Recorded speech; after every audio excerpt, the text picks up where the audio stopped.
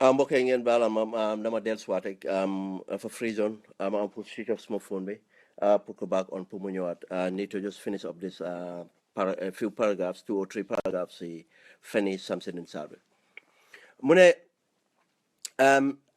I don't know how credible that reason for their departure in 1989 was, but in the absence of no reason ever shared with the public, any speculation could be true or false. But let's assume that it was the truth for their withdrawal in 1989 and then ask the wisdom in the 2016 of venturing into another bloody military incursion into the Gambia and aiming at ultimately installing an Adama Barrow government that would be expected to be supportive of their future war plans if Mauritania must be fought again.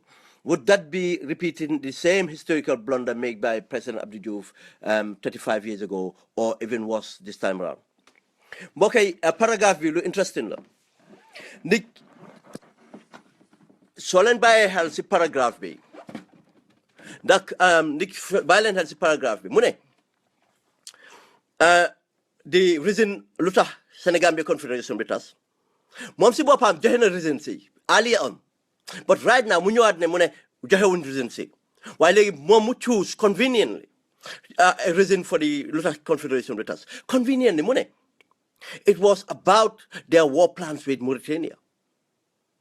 Mu ne it about war plan in Senegal with Mauritania. Mu ne ndax looloo taxoon Senegambia Confederation bi tas mu ne pour léegi su nekkee ne ñu ñu alxalaat ne 2016 su nekkee ne pour léegi loolu lañ bëgg a def this is one thing you can read from this paragraph mooy ne ragal nañ intervention of Senegal ragal nañ Sénégal nañ intervene bon soldat yi yéen bon gëm ngeen ne Yaya Jammeh si boppam gëm na ne Sénégal na intervene ragal na ko gëm ngeen ne yaakaaruñ dara foog nañ ne nañ mën a ragaloo nit ñi jël Gambian people but make them to be ragal hair ragal war and then let them be against this problem no war du am hair du am targeted mooy am targeted to Yaya Jammeh mooy am 1 2 mu ne Adam mu ne sentence bi is God how much naka lay been the sentence but let's assume that it was the truth for their withdrawal in 1989 and then ask the wisdom in 2016 of venturing into another bloody military incursion in the Gambia aimed at ultimately installing an Adama Barrow government that would be expected to be supportive of their future war plan if Mauritania must be fought again, would that be repeating the xam nga léegi lu tax ñoom bëgg nañoo jël Mauritanie bëgg nañoo forcer Mauritanie pour ñu nekk seen ally because of what Mauritanie supportuñ leen Mauritanie ñu ngi am good relationship with Senegal lana tax mu foog ne Sénégal just imagine it Sénégal nañ dem pour jël seen forces dugal ko Gambia pour support Gambia pour Gambia nekk seen ally su ñoo xeexa Mauritanie su Sénégal bëggee xeexa Mauritanie lan la si Gambia mun a yokka ñun dañ am nit ñun mun a yokkatu Sénégal suñu bëggee xeex Mauritanie ñun dañ am suñu mun a yokkatu Sénégal suñu bëggee xeex Mauritanie ñun dañ am di xaalis bu ñu yokkat Sénégal suñu bëggee xeexa Mauritanie Gambia dañ leen xool ne kii fa dof foog na because of dofaayam bi dofaay Yaya Jammeh foog na ne bi moom mun naa nax Gambia mu ne mu ngi bëgg a wax next paragraph yi nañ fa duga fu moo waxee ne reason bu tax mu ngi bëgg a wax ne reason bu Gambia supportul Mauritanie supportul Sénégal moo tax Sénégal génn si confédération bi nañ juga foofu waaye fu mu ne mu ngi jéem a wan ne Sénégal soo gisee ñu bëgg a support am Adama Barrow pour in case moom dafa bëgg a wax ne Sénégal dañ toog di plan a war with Mauritania ban Sénégal how dumb Sénégal would be to talk di xalaat naka la ñoo amee war in Mauritania kañ la ñoo am war in Mauritania ok suñu amee war in Mauritania ban dëkk la ñoo bëgg dañoo bëgg a Gambia bon support ñu ban support la Gambia mën a jox Sénégal pour suñu xeexee Mauritania du xaalis du arms du nit bon ban lan la du international support bon lan la moo njëriñ ñoom ñu jaral leen sacrifice seen everything pour Adama Barrow toog fa pour ne in case de ñu am war in Mauritania and laata Sénégal di war a plot a war with Mauritania wax naa leen ko fi there are joint ventures paper bi mu ngi génn BP Petroleum ñu ngi jënd shares 66% of the shares from Cosmos ñooy company boo xam ne ñoo amee di oil exploration between Sénégal and Mauritania moo leen a wan ne Sénégal ak Mauritanie am nañ agreement juboo nañ ba nga xam ne léegi ñoom nangu nañ pour léegi ñu share seen revenue wealth ñu seen share revenue bi noonu rek lañ mun a gis nañ ne juboo rek corporation rek lañ mun a gasee oil boobu nekk diggante seen ñaari dëkk yi moo tax tam suñu amul government responsible duñ mus a am agreement boobu pour mun a toog gas oil bu nekk suñu diggante Sénégal moo tax Yaya Jammeh toog fa moo tax tam du ko mus a am lu mu fa toogee musu koo am because amul xel bay xalaat bi bot dinañ leen continuer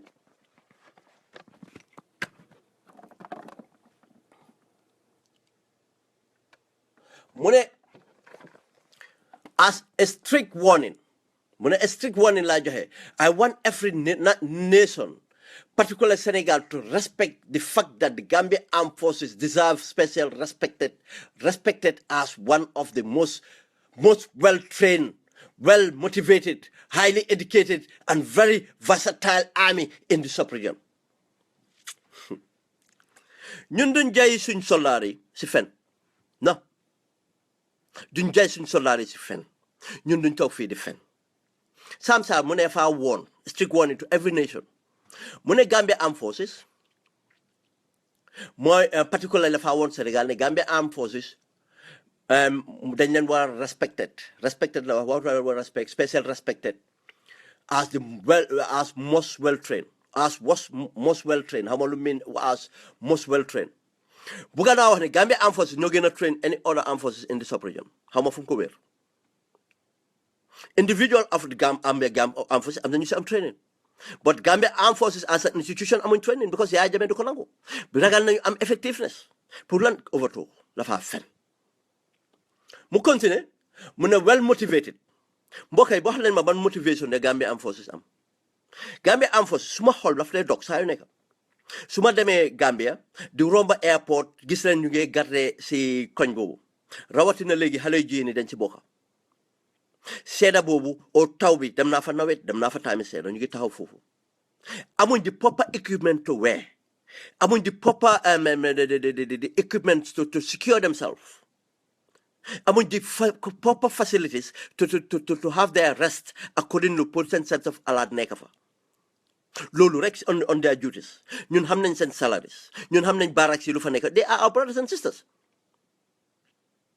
ñun xam nañ ne Yaya Jammeh respect lu leen ñun gis nañ suñ demee peacekeeping Yaya Jammeh mu ngay jël 33% of their earning dem jox ko Zeynab Zuma Jammeh mu dem di ko spend at moom mu ko jël di ko jox prostitutes di ko jox woykat feccakat bërekat and everything soldaar yi ñu ngi koo gis moon boppam la moo nax gis nga this guy even he would want to kill Gambian soldiers si tagaleen si loo xam ne ñoom seen boppam gëmuñ ko waaye xam nga ñoom ñoo ko dunda moom na wax rek Gambian soldiers xam ne they are not motivated they are not well trained as a unit mu ne highly educated and very versatile army in the sub-region highly educated Gambia si boppam waxuma am forces Gambia si boppam population bi they are not educated anymore the little we had nga xam ne ko amoon secondary school education sa was educated to a level ko dem university fu mu ne sax you are not educated saaguma leen yéen nekk university it's not your fault it's the system su paree nag ne Gambia Armed Forces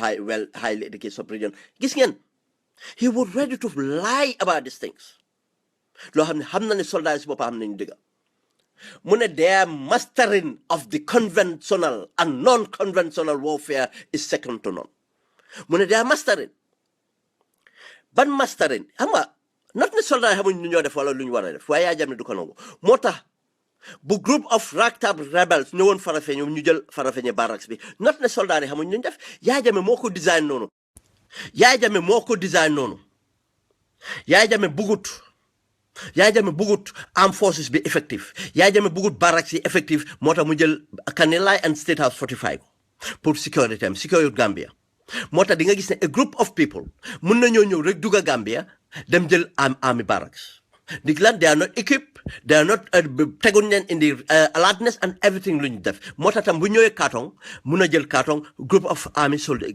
they are trained by Gambians dugga ko fa teg ko over bon lu moo wax ne they are convinced dafa fen Gambia Armed Forces duñ dee am major exercises luñ nit du ñoo update seen skills or everything Yaya Jammeh du ko nangu xam na ne faa fen mu ne mu continuer The terrain belonged to them. And the past 22 years of being fully supported by President Jammeh provide them with adequate knowledge of every contour of ridge, valley, swamps, and forests in the country, including every street layout. Intuitively, they could navigate the dark byways into cul-de-sacs and blind alleys where death traps could be laid and deadly ambush sprung.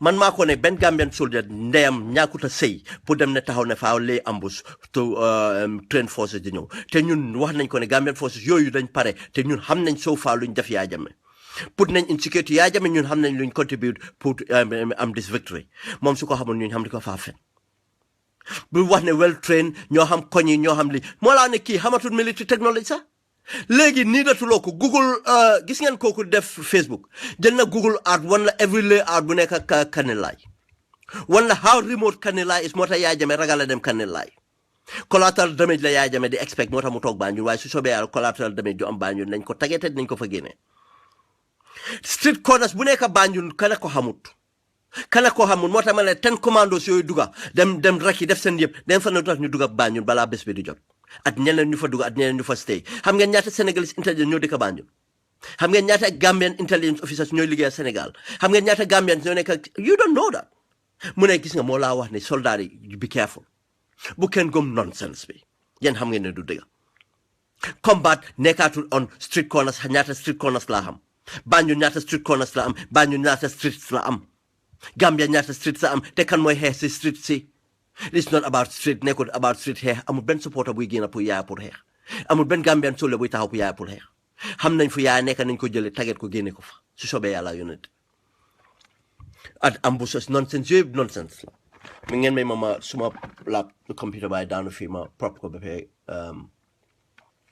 trust me, this time it wouldn't be like 81 when the field force was less than 500 men strong, with many of them never motivated to fight for Kukoi, who mistakenly declared the replacement of the PPP government with an unfamiliar Marxist-Lenin political system. We are today looking at thousands of well-trained troops dug in to defend their country.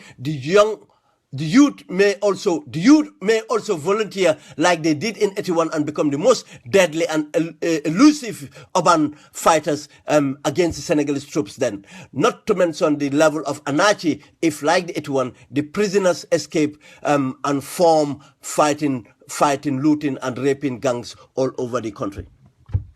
Okay, the looting, the raping gangs, they are already in the country.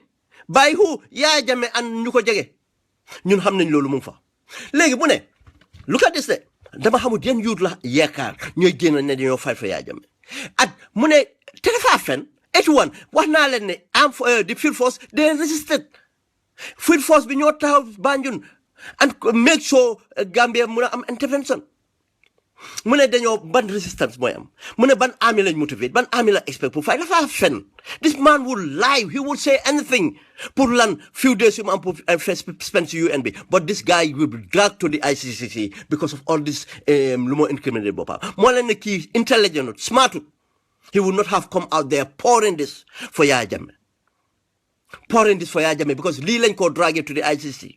Then remember, most of the people try on the ICC, trying them because of they actively fought on the ground. But then they on the radio station, they on newspapers, they been again the inside genocide. Bepere, muge won.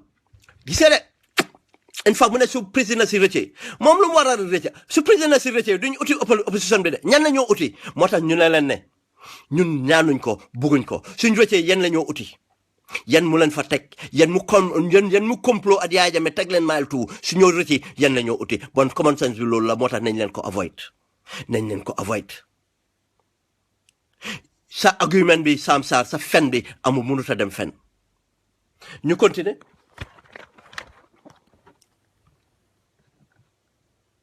mu ne so please Let us be mindful of wishing for what could degrade into another Iraq or Libya debacle, where the international community thought they got it all right to remove an undesirable leader for a desirable change, but end up getting it all wrong and turning a whole stable region into hell on earth. When Saddam Hussein was targeted on a whole host of lies fabricated by the international community with the narrative that the operation was going to be a swift and simple replacement of dictatorship with modern Western democracy, the chronicle and anomalies between the Shia and the Sunni Muslim in the region totally escaped the minds of the war architects, warmongers like Donald Rumsfeld,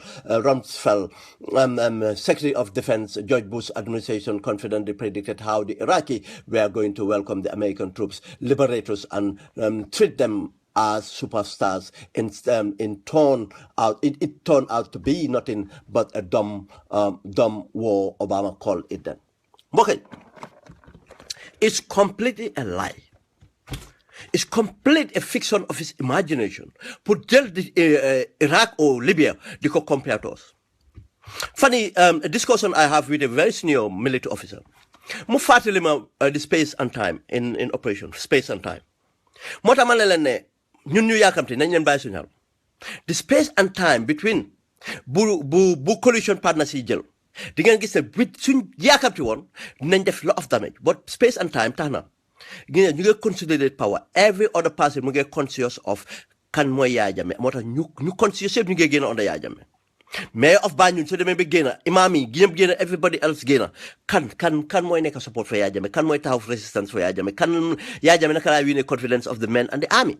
moo tax nag ñu ne leen ne nañ leen strategize continue génne ready rest. The more we take out the easier it becomes. Bon su jëlee Iraq moom si boppam gis nga trabaat na boppam mu ne Iraq dañ am a history of Sunni and Shia. Then Iraq war be in fact mujjewut not because of Saddam Hussein, la fa mujje because of a historic religious sectarian divide. Bo xam ne dictatorship bi moo ko put on something off. Boo fa génne dictatorship bi it have to erupt. But in our case amuñ a historical divide, amuñ a tribal divide. Moo tax gis nga beginning bi they try to sell us a tribal divide. Jënduñ ko. Moo tax man ne leen it's not going to happen. And ñun lacking a political leadership. We already established a political leadership through Adama Barrow and the coalition partners and the opinion leaders, al-Kalos, al-Imams, and so on. But ñun am nañ the political leadership already ready. Then ñun doo mun a jël suñ case def ko in Iraq or Libya. Libya is the same thing. It was a sectarian tribal warfare bu fa nekk. It's not about ne Gaddafi lose na. No, Gaddafi lose na because of Gaddafi used democracy to consolidate power. Dafa use territorial dictatorial regime to suppress the people. Moo tax bu mu tegee tànkam affaire volcano bi erupt. That's what happened when you have a dictator like that. But Gambia ñun manage nañ. Moo tax bu ñu leen xeeb luñ def manage nañ pour stay within this condition and dem with insanity. Moo tax nañ leen continue with this sanity buñ dem with mer. Use this Gambianness and consolidate power. The second, another thing lu mu pointed out mooy moo tax ñu leen ko fàttali moo tax ñun duñu waa organize the army. Atam buñ rush to disband the army because what Donald Rumsfeld and the this thing, then them force them disband army straight away. And what do you do when people have to earn a living and everything and disband them just like you throw them into the hands of the rebels.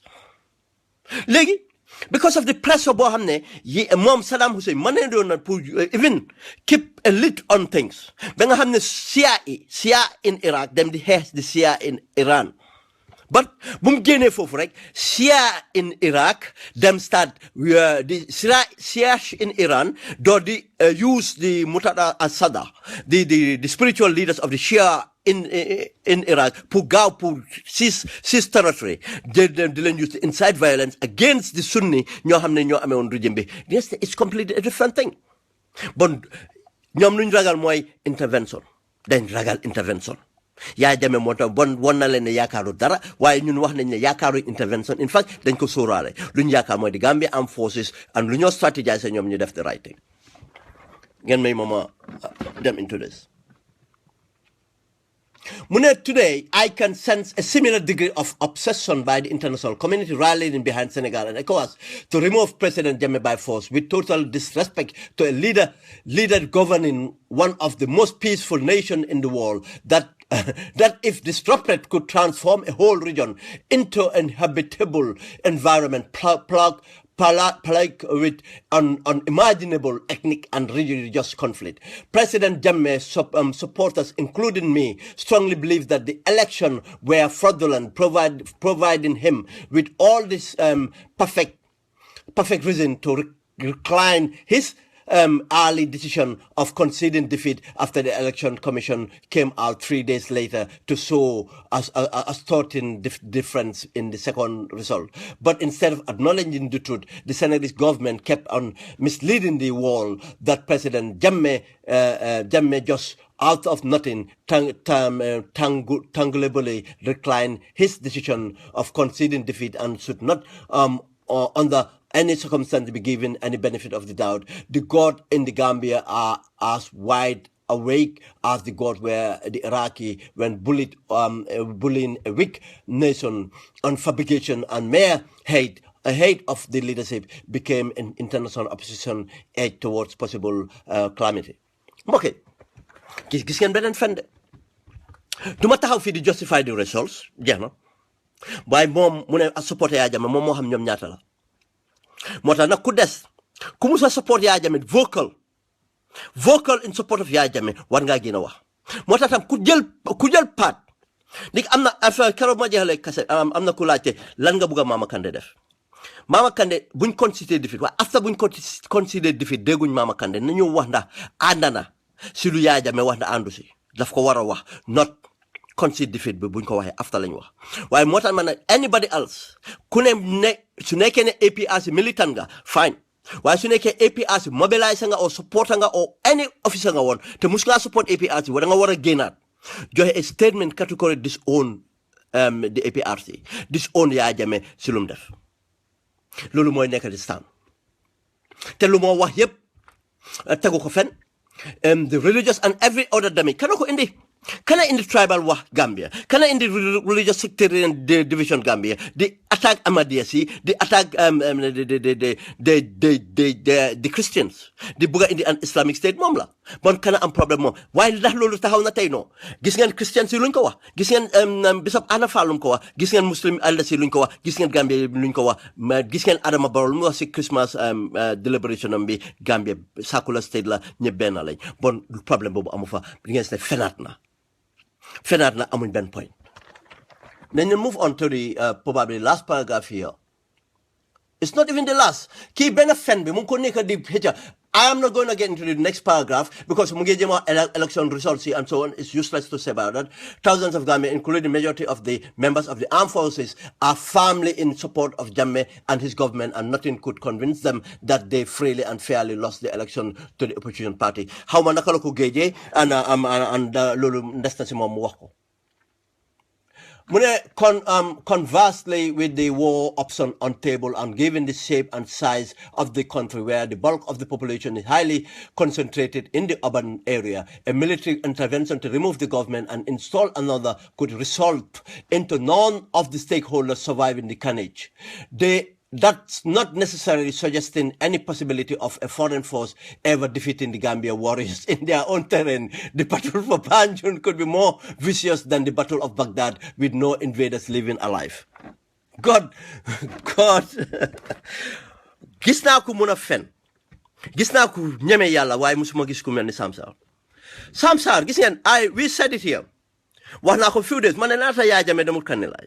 This is their tactics. Foog nañ ne suñ toogee Banjul dañoo ragal attack because of the collateral damage. No.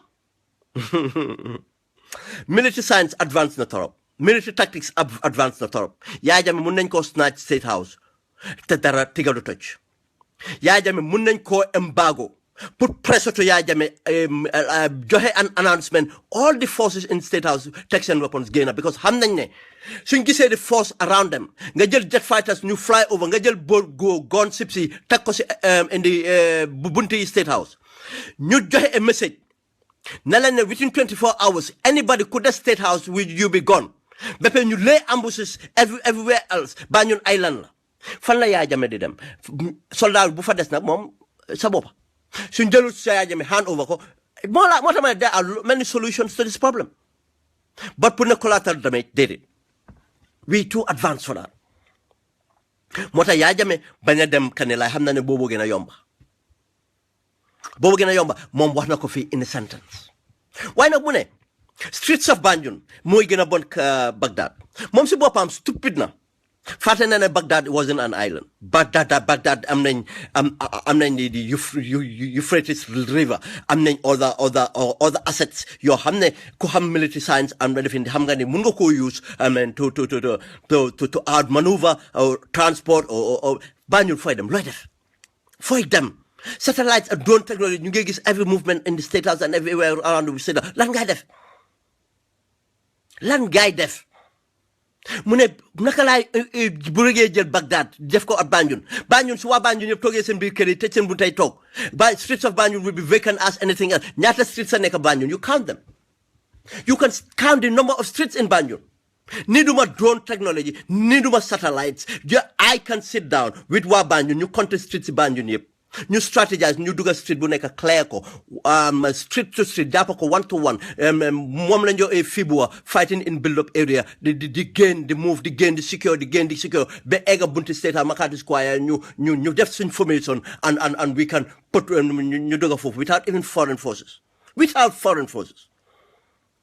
am na Banjul am na lot of entry points apart from Denton Bridge bi dañoo there's a lot of things jarul nekku ne dañoo wax tactics xam nañ ko Yaya Jammeh xam na ko mënut a secure Banjul ban soldat moo paree dee according to Tony Cissé for $1,200 te xam nga sa dépense sa ala Gambia economy moo collapse there's no economy for the soldiers and economy for Gambia and the rest of the Gambia soldat yi seen life a nekk at risk ban motivation nekkul ne soldat yi xam nañ ne government buy ñëw if it is even the worst is far better than Yaya Jammeh it sudul dara seen safety it's simple how can be a motivation for pour ñu xeex lan mooy motivation bi pour ñu xeex moo tax ma leen ne lies mu ne ban invading forces will not go out alive no how can you defend Banjul what you gonna do you are a blame dog mu ne ana fuñ 45 ana luñ bil 30th December it's not nice I mean duma ko wax because this my operation but ñun xam nañ lu fa xew it's not as they narrated ñun xam nañ ko te dañ lose the element of surprise that's all suñ amoon the element of surprise it would have been something else ñu continue. Anyway, just out of curiosity, can someone tell me how this ECOWAS head of state intend to forcefully march in the Gambia on January 19, 2017 to ensure that Barrow by force is sworn into president? Wala na amut hell. That's a mission statement we def. It's a pressure. Put, determine, I'm something to hold Jammeh for complying or not complying. So how can they hold him for complying? To swear, in a hotel room. It's a constitutional mandate. Can we how many people have to attend? Can we have to be in an open area? Nenko swear, nen am sin cabinet, am sin pare, new top up person Arab, lumwa and we'll take that government. So neke Gambian forces have to do it, we'll do it. So neke foreign forces have to do it, Gambian we have to do it. Lumunti del nenkodef. We will get there. We'll cross that bridge when we get there. We cross that bridge when we get there. Mom, johan nañu question naa ko laaj question ndax na ko mën a answer mu ne in my memory if my memory serves me right the last time elections were nullified in West Africa was in July 1993 when Mushad Abiola was declared a winner of Nigerian presidential election, and the whole international community registered their support of his victory against the military defied by the late General Abacha. There was no controversy in that election like the one in the Gambia, but the ECOWAS head of state, 1990, remotely considered attending Mr. Abiola inauguration by force after the whole international community gave him endorsement to go ahead with his plans of swearing him in. Oh, did they fear the Abacha would have put them in their place and decide to settle for a safe option of respecting the ECOWAS protocols that categorically forbid member states from interfering in the internal affairs of the neighbor? Hence, by disregarding the same law in 2016 on the Gambian situation, ECOWAS head of states are blatantly violating the status of typically plain double standards if they could not force their way into Nigeria or mobilize a military force to intervene on behalf of Mr. Abiola. Why in the world do they deem it acceptable to treat the Gambian situation in the way they are doing? It simply boiled down to an ungodly conviction to bully the small Gambia into political submission that would not have happened if it was all the larger country in the sub-region. Again, in an argument, it's not the same. Gambia, Abiola, election was not declared. It was not declared. Gambia is declared. Mom considered defeat. Gambia was more transparent and everything. Defeat be amna. Fine. Gambia is Gambia, Nigeria is Nigeria. The geography, the luneka lafa situation at time boom hell. Lafa ECOWAS then move on. ECOWAS then develop. ECOWAS then progress to this time now. Whether he likes it or not, ECOWAS have progress. And this coordinate internal matter fashion. Then what's the point of having an international organization? What's the point of belonging to an international organization? So I can need that international organization. I would bend all the way for them to intervene in the internal matters. Why belong? Let us hear them again in the Commonwealth. Because in the signing up to the Commonwealth, they have the powers to intervene or in some of their matters, international matters. Motas munuñoo na génne ECOWAS ni ko na ko def munuñoo génne UN na ko def suñ demee ba it's a club soo demee bokk club bi da nga bokk si d'accord si club bi amul benn narration bu ñoo mun a def ba ECOWAS duñ bokk lu ma wax about Nigeria is completely different crap. Case of Abiola was different crap. Nigerian condition was a different situation from ours. Yajame considered defeat. The elections were peaceful and transparent at the time of counting. It wasn't free and fair against us, the opposition. But against all odds, Gambian union overwhelmingly vote and you win. And what's the problem now? Argument a bit of friend. Sebo nak ñu joy, let them cry baby. Nañ cry baby. Yajame cry baby. Nañ la génné suran lal bi. Nañ la génné suran lal bi. I believe it is, after all, about underestimating a country facing a common political hurdle that, if not handled with honest and care, could become another horrible nightmare for the whole sub-region. Steering a war could be easy, but sustaining or ending it could be pragmatic. In conclusion, I have this to say: the united consequence, the unintended consequence of Senegal's orchestrated campaign to force the Gambia government into abiding by unjustifiable demand of the international community and insisting that President Jammeh step down by force without any regard to his legitimate right to question election results made by fraud and gross incompetence must be entertained by another decent and peaceful, loving, humble being. We can repeat this recklessness that created Iraq and Libya when we could avoid it. Gambia do not need any UN peacekeeping force to come and police its community either. Okay, what if you're interested? Momsi Bopam. He's trying to make this thing a Senegal thing. It's not a Senegal thing. We are relying on the Gambian forces. Senegal will come if necessary, and Senegal mandated in Bopa. They are mandated by international law. They are mandated in international organizations. UNB. Now, how come it's only Samsar, Bala Jahompa, and some mom at few people, and Yajam, they are right against the whole international community, the whole world, against all of Gambia. Whole of Gambia. Samsar. More right, more Jammeh at Bala Jahumpa on the other people around him. You're right. What all world we've done wrong. te mbokk bala maa jox final analysis am na paragraphe bu ma skip réalise naa ko ndik mu ngi suma boppa bi fu ma waxee ne côté ne some of this is just garbage dama ko doon avoid but am na bit boo xam ne ba maa ko bàyyoon suma xel suma ko mënut a gis bu ma quote a freedom Senegalese listener the call freedom ne the reason mu ne the reason Senegal broke away from the Confederal mu ne mooy the military Mauritania lifin bu mu waxee ne Senegalese God where is it okay what Samsa said dama ko bëggoon a read word by word sulum wax okay Samsa is trying to make this thing about Senegal and Mauritania again in a sense somewhere Mune a Senegalese listener from Freedom more call wahne the reason Senegal break away from this confederation was ne Gambia dañ bañ a support Senegal the war with Mauritania okay kan mo musa déggoon ne Senegal am nañ war with Mauritania they had a border class not a war a class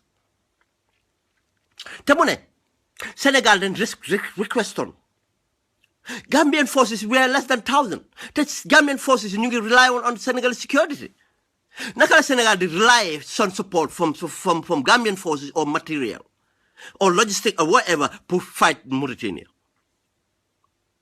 and Jawara si Bugambi def na ko fa and Gambia did the right thing te I was in Mangi station on Bakau in the Confederal ñun briefing bu ñu am waxuñu briefing ñu about war then ñu ne keep the peace and tranquility bu leen jël sides between the Senegalese and the nationals lañ wax Senegalese nationals in the Gambia and the Mauritanian nationals in the Gambia because we are all one people briefing boobu lañ am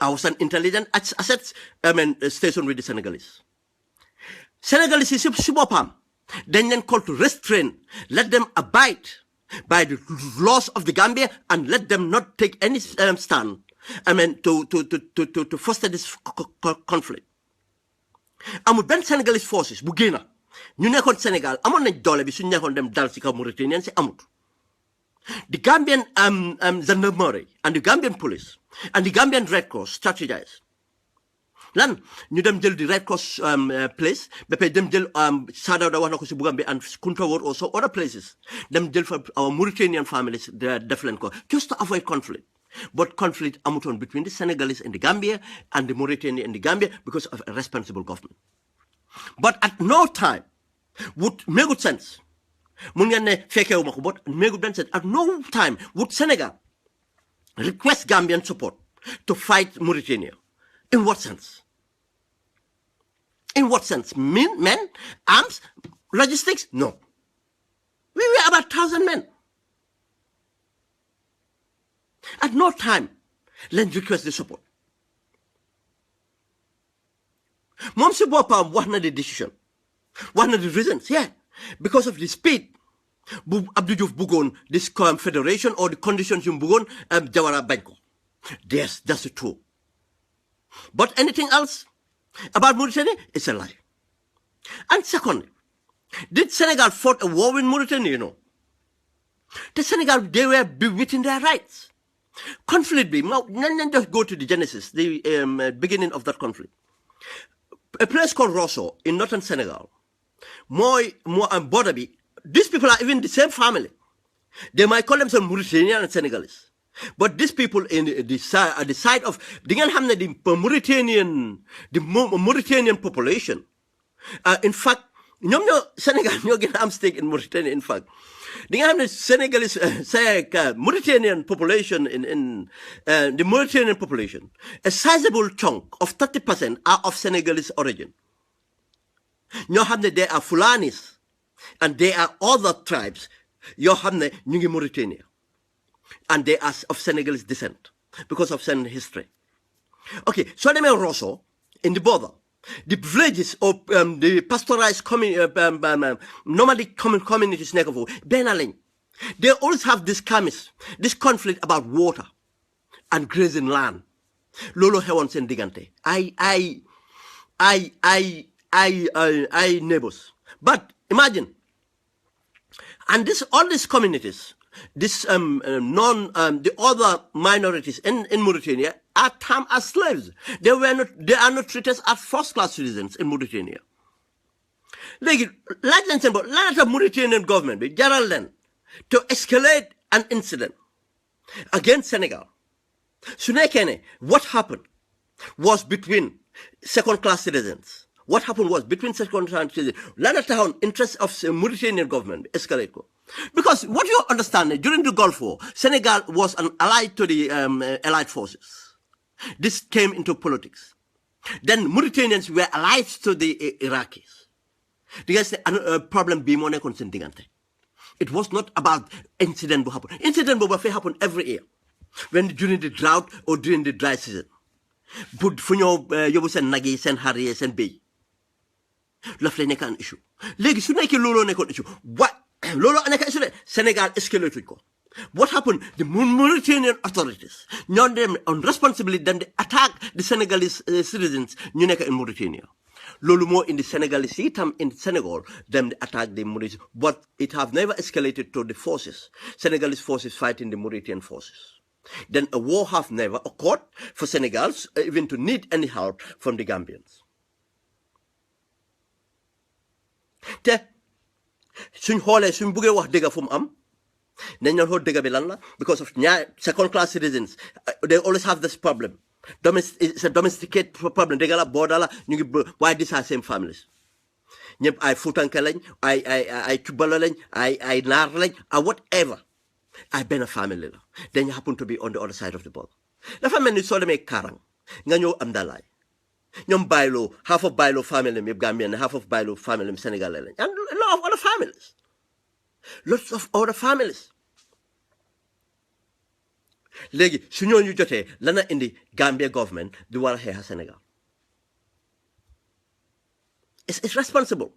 Government bu njëkk a escalate nag moom la ñoo blame because of jëluñ responsibility.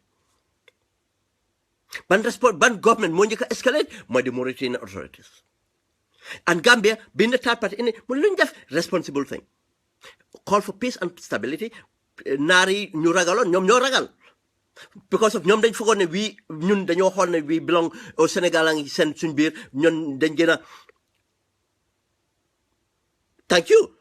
Tony Cisse mu ngi just in a very important point. Even the border flex. Border bi daf lay depend léegi géej gi num géej river how do you say river in Wolof river bi num feesee léegi su river bi daanoo border bi faa daanoo demee benn boor gis nañ ñi benn famille lañ. Thank you. Léegi Gambia dañ def the right thing protect Senegal is protect mu am jaama leen lana indiwaat waxi Mauritanie still now ñoom ñu ngi bëgg a Mauritanie support leen amuñ benn support mbokk yi wan na leen ne bon Jammeh is completely isolated Jammeh amul benn support te benn point rek laa leen bëgg a jox already Jammeh am na problème yi feed soldiers yi te xam nga ne Gambia Armed Forces amuñ logistic support. Do you know how much logistic support? Army is not regimented. Army is not regimented is because it's controlled by Jammeh. This is just simple analysis. Bulena one Gambia Armed Forces, they will not fight. At times something happen, it will not take 3 days and everything will go back to normal. Because of the most important thing, more communication and logistic in a warfare. It's not even in guerrilla warfare, Bulen so we say Che Guevara failed in Bolivia, logistics, communication. So we say Che Guevara failed in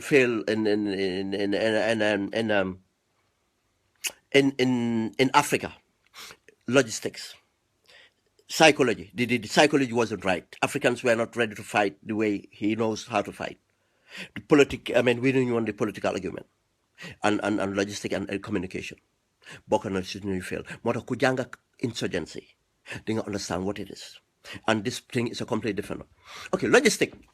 Yaya Jammeh su pare appoint ku ko ne captain or the major or a general mu nga nekk head of logistics and this person didn't know anything about logistics ba pare tam because of Yaya Jammeh moo appoint kooku o nekk na koo xam ne mu ngi wane loyalist la kooku lu ko neex mu def su ko neexee corrupt su ko neex mu def du effective efficiency wut amut yëpp amut lanaa xew na fa nekk hence ne mu ngi show loyalty to Jammeh léegi lu ñu war a def for logistics yëpp defuñ ko léegi ñu toog ba find themselves in a war ma wax leen exemple bi am na ñu wane CDS Badji moo tax maa leen ne it's really sad wérut it's really sad ñuy wane CDS Badji mu ngi dem Viviane di feature Gambia wax leen ma dëkk bu pare woo with national di ci CDS su nekkoon ne di Jammeh was in charge or these people were in charge all these generals were in charge dina dem Viviane di feature Viviane at that time of the night alone he could have been kidnapped. Special forces could have kidnapped him. Molena wane bulen ken tital. Yaya Jammeh parade war. And manglen ko wa. Yaya Jammeh dingen betu saf mu daw. Amut fum daw. Way tapet na daw rek bañ ko jappa. Ndik bon na bridge sam yep. Dafa daw rek bañ fuñ ko jappé rek. Comme Saddam rek dem duga ci pax. Wala Gaddafi amuton fum daw. He was just running. Gaddafi was just running. Amuton target.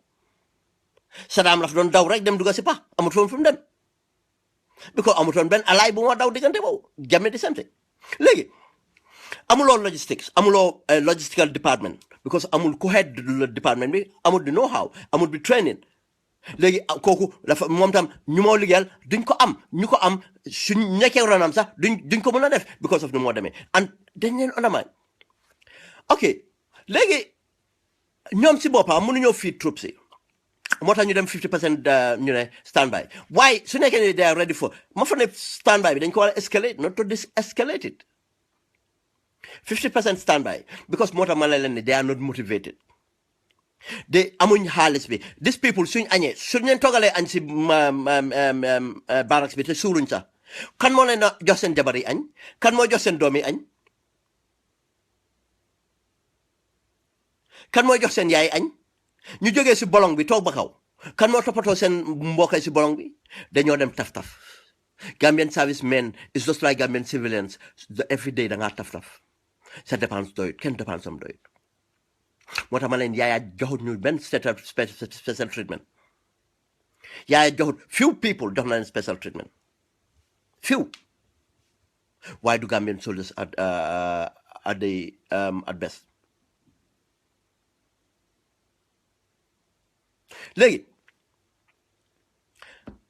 boobu problème la waaye xam nga su xeex waree am te ñoom xeex bu ñoo foog ne mooy am ndax dinañ am time pour jël seen mbanday di ko tooga benn cin di ko lifin ak yooyu muy jël 3 hours 4 hours ñu tooga seen mbanday ñu pare yëkka ko ñu lekka ndi xam nga lu tax amuñ ration packs Gambia Armed Forces amuñ enough ration packs to go on pour seen meen yi di mun a use speed and speed living pour feed seen boppa nutritious and enough calories to keep them alert and effective pour nga xam ne within 1 second 5 minutes mun nañoo defar seen añ lekka continuer xeex bi o bin alert lan lañ yaakaar ñu teg mbanda jël maalo bi baxal ko sóor ko jël liñoŋ bi xooli ko yooyu yëpp lañ def ndax su nekkee ne yaa ngi si woo am nga time boobu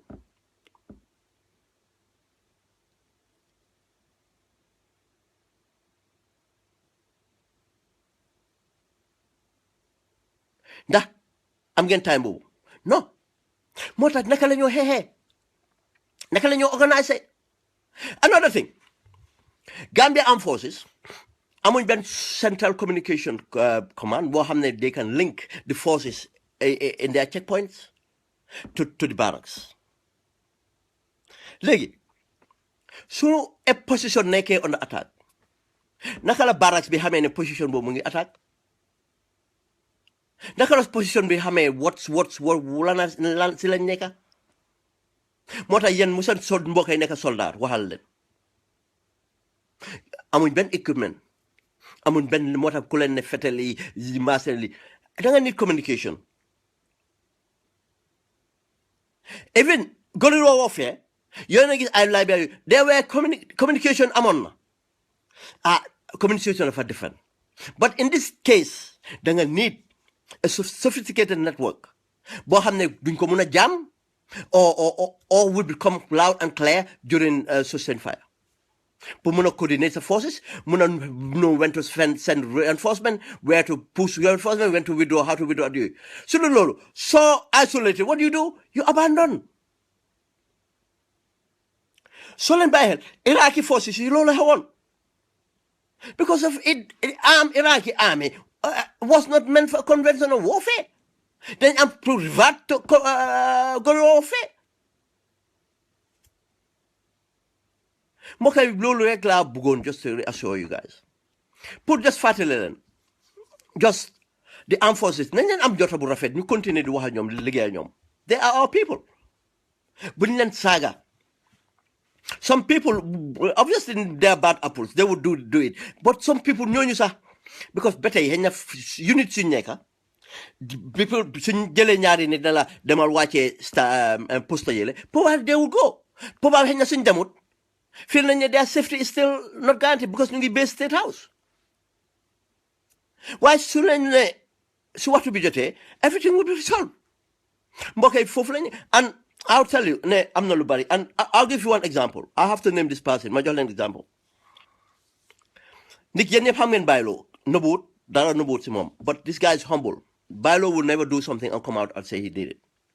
Te nekkumat pour wax leen sa Bailo lu mu def. Dama leen jox example rek ngeen understand. Bailo mu ngi woon si jongo la si. Te naa leen ne Bailo bu moo nekk si jongo la si. Bailo was talking to us. Dëgg la am na ñu jotoon a binda di génne but ñun bu Bailo di wax ak ñun dañ doon jël di liggéey lu mu ñoo wax and Bailo génnaam bokk na si loo xam ne help nañu si lu bari yéen ñëpp xam ngeen revelation su mu wax about Data Haida killing bi at a lot of other episodes yu dem te ñun gëm nañ si Bailo because knowing him and working with him for this long gëm nañ lu ñu wax ne he have never taken part he has been associated nekkoon na accessoires waaye lii la moo tax ku nekk am na si loo mujj moo important I know yéen ñëpp xam ngeen Bailo lu mu def 30 December but su soobee yàlla ba fa Yaya Jammeh génn suñ leen waxee Bailo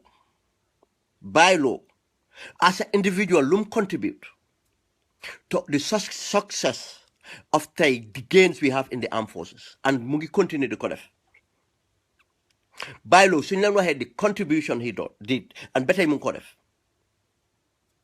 di leen wax the understanding the big brains because of moo ñu fa mujjee génn ba tey he knows people he understand people and we have to use him pour ñu mun a analyze some of these things that happen and we are never disappointed and du fenkat saa yu mu waxee something I think is I think I know is I know that contribute na lu bari moo tax ñu ne leen ne we need everybody else at borom lu munoon ti def nañ leen ko accept su passé then we said nañ naka la ñoo defa borom moo koy waxtaan boobu la bu na indi just su xooleen who this Samsudeen Sarr is waaye wax naa leen ne it's not moom as important but wax bu moo wax pour décoder leen all these things tam woon ko at one people ñoo xam ne mun naa am moom carré leen bugguñ Samsudeen carry one soldier with him distort one person with him because of these are the same things yu ñoo dem di wax si barracks yi moo tax soo gisee ñu ko wax fii bu boobaa suñ ko demee wax si barracks yi because these are the literature boo xam ne Samsudeen moo ko spread and other people nekk si diaspora di ko liggéey moom di def Facebook anything else moom la ñoo def mbokk yi jërëjëf seen déglu and I hope ne understand nañ waxtaan bi ñu waxtaan ko and nuñ ko waxtaanee thank you very much and mbokki Samsudeen yi ngeen baalal ñu and unfortunate moo tax am na lu bari waxuñ ko because of respect leen te xam nañ yéen foo leen taxaw Samsudeen moo tax ñuy wax and thank you very much